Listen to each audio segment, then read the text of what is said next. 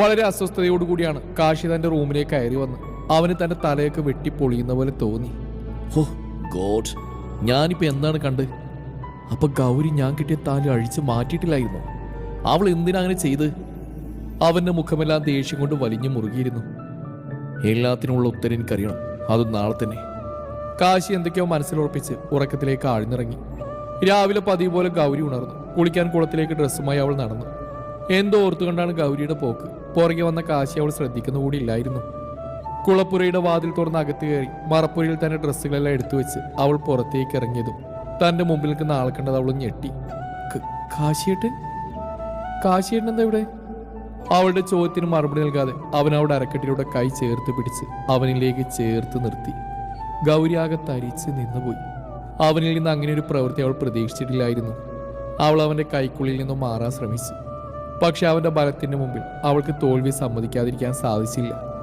അവനൊന്നുകൂടെ ശക്തിയിൽ അവളെ തന്നിലേക്ക് ചേർത്ത് നിർത്തി. അവളുടെ മാറുകൾ അവന്റെ നെഞ്ചിൽ ഞെരിഞ്ഞമർന്നു. അവന്റെ ആ പ്രവൃത്തിയിൽ അവളുടെ മാറുകൾ നന്നായി വേദനിച്ചു.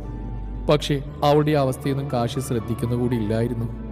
അവളുടെ മാറിടത്തിന്റെ ഭാഗത്തേക്ക് തന്റെ കൈ കൊണ്ടുവന്നു അവൾ ആകെ ഞെട്ടിത്തെറിച്ച് അവന്റെ മുഖത്തേക്ക് നോക്കി. അവൻ കണ്ണിമക്കാതെ അവളെ തന്നെ നോക്കിക്കൊണ്ട് അവളുടെ ബ്ലൗസിന്റെ ഉള്ളിൽ കൈയിട്ടു താലി പുറത്തേക്കിട്ടു. അത് കണ്ടതും ഗൗരി ആകെ ഞെട്ടിത്തരിച്ചു പോയി. താൻ സ്വകാര്യമായി കൊണ്ടുവരുന്ന തന്റെ ജീവന്റെ ജീവനായ താലി അവനെങ്ങനെ കണ്ടു എന്നതായിരുന്നു അവൾക്കുള്ളിലെ സംശയം. എന്താടി ഇത്? അവന്റെ ചോദ്യമാണ് അവളെ യാഥാർത്ഥ്യത്തിലേക്ക് കൊണ്ടുവന്നത്. അവൻ ചോദിച്ചുള്ള മറുപടിയും നൽകിയില്ല. അവളുടെ തല താന്നുപോയി. കണ്ണിൽ നിന്ന് അപ്പോഴും കണ്ണീര് ഒഴുകിക്കൊണ്ടേയിരുന്നു. നിന്നോട് നിന്ന് മോങ്ങാനല്ല ഞാൻ പറഞ്ഞു, ഇതിനുള്ള ഉത്തരം എനിക്ക് വേണ്ടത്. ഈ താലി ഞാൻ അവിടെ അഴിച്ചു വലിച്ചെറിഞ്ഞിട്ടും കൊണ്ട് വന്നാൽ മതി എന്നല്ലേ നിന്നോട് പറഞ്ഞു? എന്നിട്ട് നീ എന്താടി ചെയ്ത്? അവന്റെ ചോദ്യങ്ങൾക്കൊന്നും അവളുടെ കയ്യിൽ ഉത്തരമില്ലായിരുന്നു. അവൻ എന്ത് ചോദിച്ചിട്ടും അവളൊന്നും പറയുന്നില്ലെന്ന് കണ്ടതും അവന്റെ ദേഷ്യം അങ്ങ് ഉച്ചസ്ഥായിലായി. ശരി, നീ ഇനി ഒന്നും പറയണ്ട. ഞാൻ കിട്ടിയ താലി ഇത് ഞാൻ തന്നെ വലിച്ചോടിച്ചോളാം. അതും പറഞ്ഞ് അവൻ അവളുടെ താലിൽ പിടിച്ച് വലിക്കാനൊരുങ്ങിയതും പെട്ടെന്നാണ് അവന്റെ കൈയുടെ മേൽ അവൾ കയറി പിടിച്ചത്. താലിൽ നിന്ന് കൈയെടുക്കുക കാശിയേട്ടാ. വളരെ സൗമ്യതയോടുകൂടിയാണ് അവൾ പറയുന്നതെങ്കിലും അവളുടെ വാക്കുകളിൽ വല്ലാത്ത മൂർച്ചയുണ്ടായിരുന്നുവെന്ന് കാശിക്ക് തോന്നി. ഒരു നിമിഷം അവളുടെ മുഖത്തേക്ക് നോക്കിയതും അവനൊന്ന് പതറി. ദേഷ്യത്താൽ അവളുടെ മുഖമാകെ ചുവന്നിരുന്നു. കവിളുകളെല്ലാം വിറച്ച് കണ്ണുകളെല്ലാം ചുവന്ന്. താൻ ഇതുവരെ കണ്ട ഗൗരിയല്ല ഇതെന്ന് അവന് തോന്നി. കൈയെടുക്കാനല്ലേ മിസ്റ്റർ കാശിനാഥൻ ഞാൻ നിങ്ങളോട് പറഞ്ഞത്? അവൻ പിടിച്ച താലിയിൽ നിന്ന് അവന്റെ കൈകൾ താനെ അയഞ്ഞുപോയി. ഒരു നിമിഷം അവൻ പതറിയെങ്കിലും വിട്ടുകൊടുക്കാൻ അവൻ തയ്യാറല്ലായിരുന്നു. അവൾ കൈകൾ ഉയർത്തി അവനെ തടഞ്ഞു. ശബ്ദം ഉണ്ടാക്കേണ്ട കാശിയേട്ടാ. അവൾ തന്നെ നിറഞ്ഞ കണ്ണുകൾ കൈകളാൽ തുടച്ചു മാറ്റി. ഇത്രയും നേരം നിങ്ങൾ പറയുന്ന ഞാൻ കേട്ടില്ലേ? ഇനി ഞാൻ പറയുന്നത് നിങ്ങൾ കേൾക്കണം, കേട്ടേ പറ്റൂ. എന്ത് ധൈര്യത്തിലാണ് നിങ്ങൾ എൻ്റെ താലിൽ തൊട്ടത്? പറ, എന്ത് ധൈര്യത്തിലാണെന്ന്? അവൾ അവൻ്റെ ഷർട്ടിൽ പിടിച്ച് അവനെ കുലുക്കിക്കൊണ്ട് ചോദിച്ചു. ഞാൻ എപ്പോഴെങ്കിലും നിങ്ങളോട് എൻ്റെ താലിയുടെ അവകാശം ചോദിച്ചു വന്നിരുന്നോ? ഇല്ലല്ലോ. എൻ്റെ സമ്മതത്തോടെയല്ല നിങ്ങൾ എൻ്റെ കഴുത്തിൽ ഈ താലി ചാർത്തിയത്.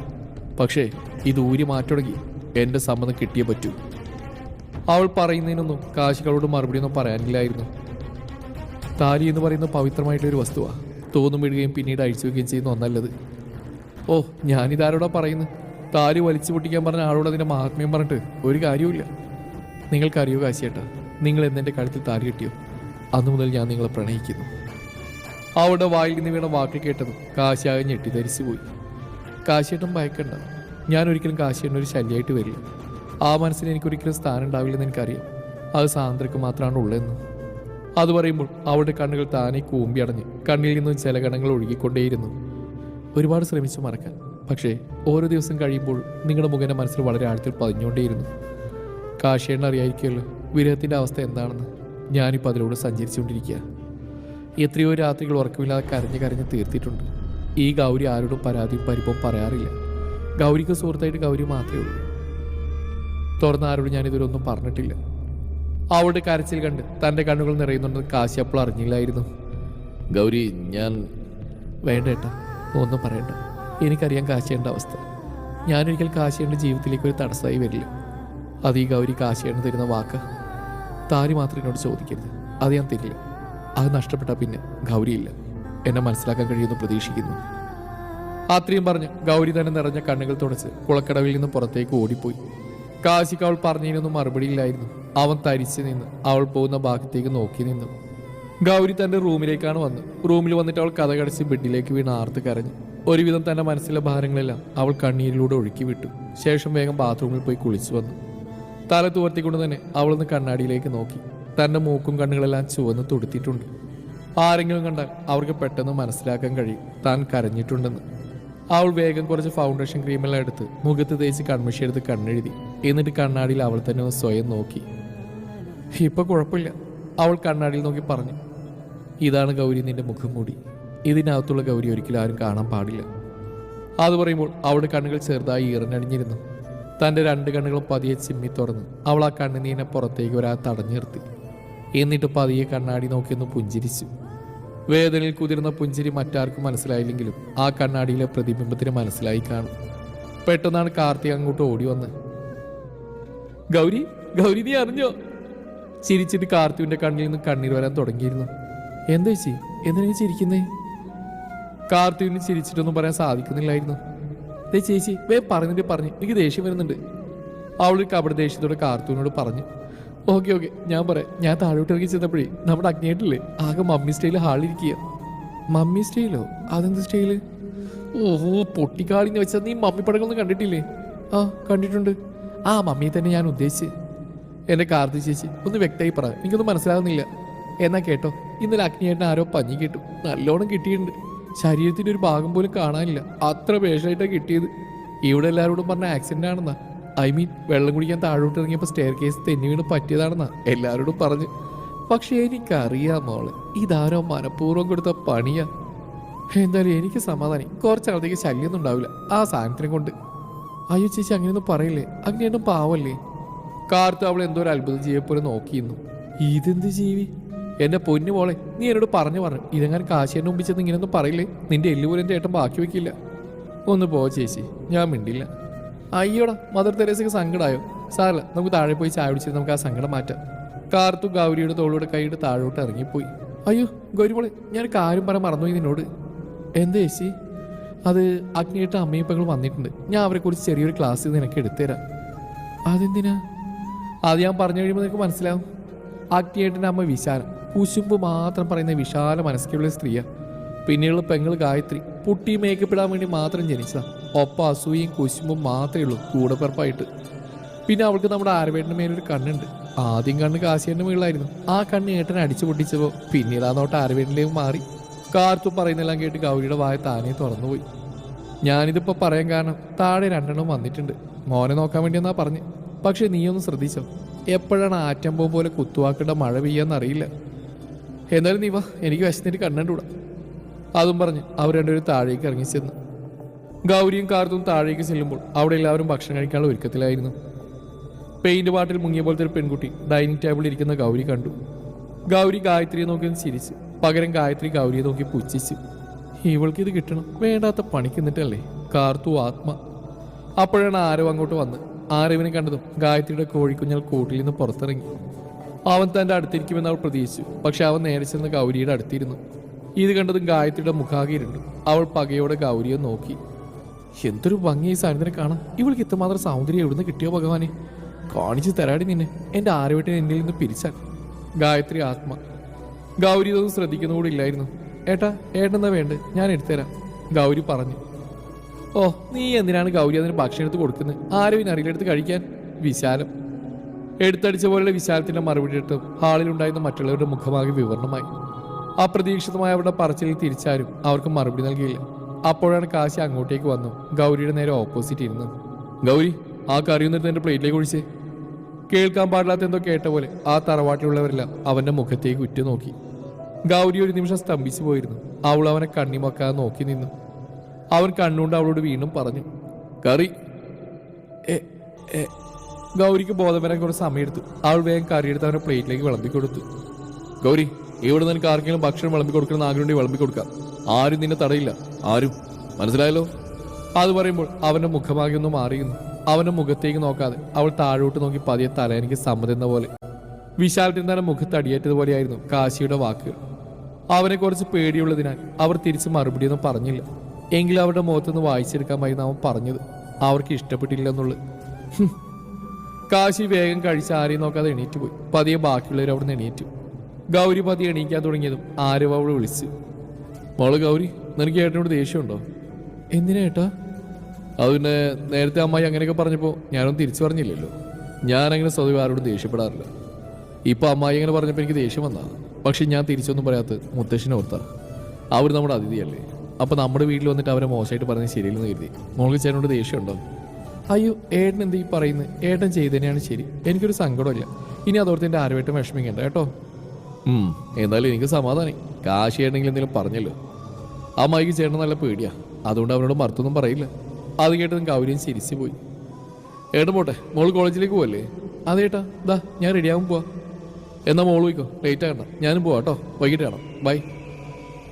ഗൗരി മുകളിലേക്ക് ഓണിപ്പടികൾ ഓടിക്കയറുമ്പോഴായിരുന്നു കാശി താഴോട്ട് ഇറങ്ങി വന്ന്. രണ്ടുപേരും പരസ്പരം കണ്ടിട്ടില്ലായിരുന്നു.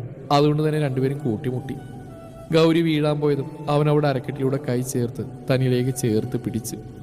സ്ഥാനം തെറ്റി അവിടെ ധാവണിക്കിടയിലൂടെയാണ് അവൻ്റെ കൈകൾ പെട്ടെന്നുള്ള വീഴ്ചയിൽ പിടുത്തമിട്ടത്. അവളുടെ വയറിൻ്റെ മൃദുലത അറിഞ്ഞതും അവൻ്റെ ശരീരം അവളുടെ ശരീരം ഒരേ സമയം ഒന്ന് വിറച്ചു.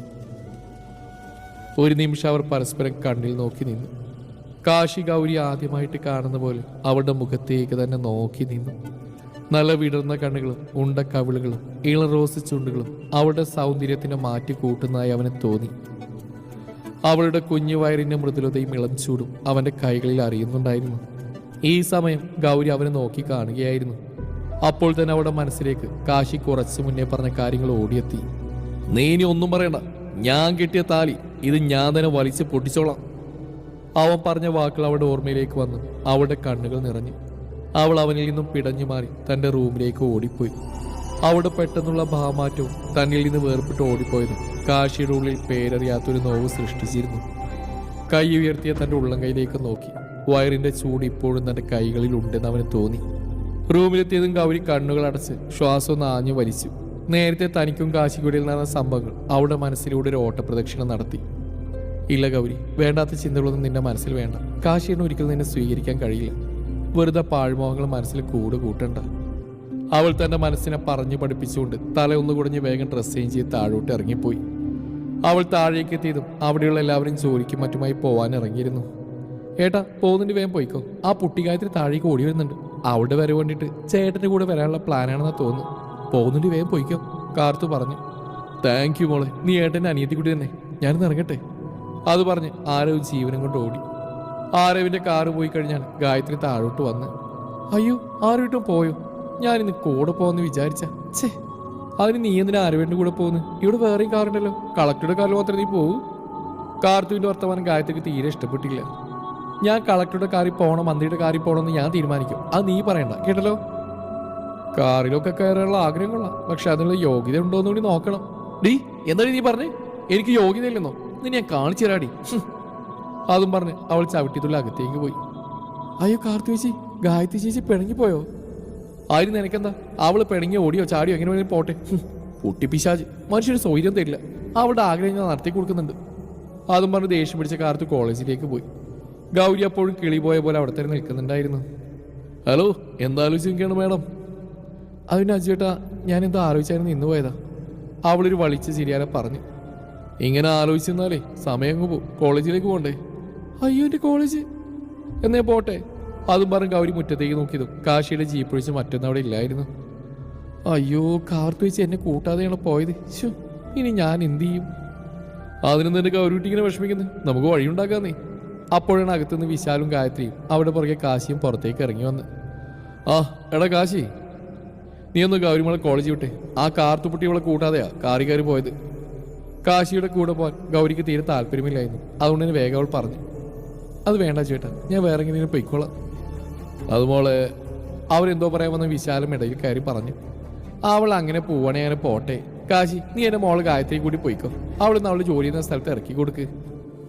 ഇത് കേട്ടതും ഗായത്രി വശ്യമായ ചിരിയോടെ കാശിയെ നോക്കി. അതിന് ഞാൻ ആ വഴിക്കല്ല പോകുന്നു. എനിക്കൊരു മീറ്റിംഗ് ഉണ്ട്. ഗൗരി വേഗം വാ, ഒന്ന് കയറി. എടുത്തടിച്ച പോലെയുള്ള കാശിയുടെ മറുപടി വിശാലവും ഗായത്രിയും ആകെ നാണം കിട്ടുപോയി. അമ്മയെപ്പോൾ തന്നെ മകളും ഉള്ള എല്ലാ മുറച്ചെറുക്കന്മാരെയും വലവീശി പിടിച്ചിരിക്കുക. ഇതിന് മാത്രം എന്ത് വിദ്യയാണാവോ ഇവളിവിടെ പ്രയോഗിക്കുന്നത്? ഇതെല്ലാം കേട്ട് ഗൗരിയുടെ കണ്ണുകളാകെ നിറഞ്ഞു തുളുമ്പി. ഗൗരിയുടെ നിറഞ്ഞ കണ്ണുകൾ കണ്ടതും കാശിക്ക് ദേഷ്യം നിയന്ത്രിക്കാനായില്ല. അവരെന്തോ പറയാനൊരുങ്ങിയതും. അമ്മായി! അജുവിന്റെ ദേഷ്യത്തോടുള്ള ശബ്ദം കേട്ടതും അവരിന്ന് വിറച്ചുപോയി.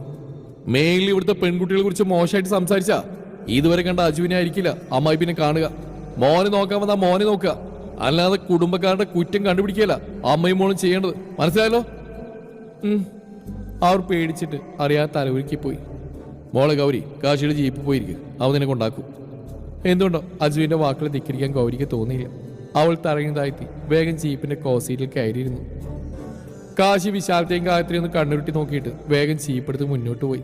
അജുവും അവരുടെ ഒപ്പം തന്നെ ഇറങ്ങിപ്പോയി. മനുഷ്യനാകെ നാണം കിട്ടും. എവിടെ ഇപ്പം എന്താണ് പറയേണ്ടത് നമുക്കറിയില്ല.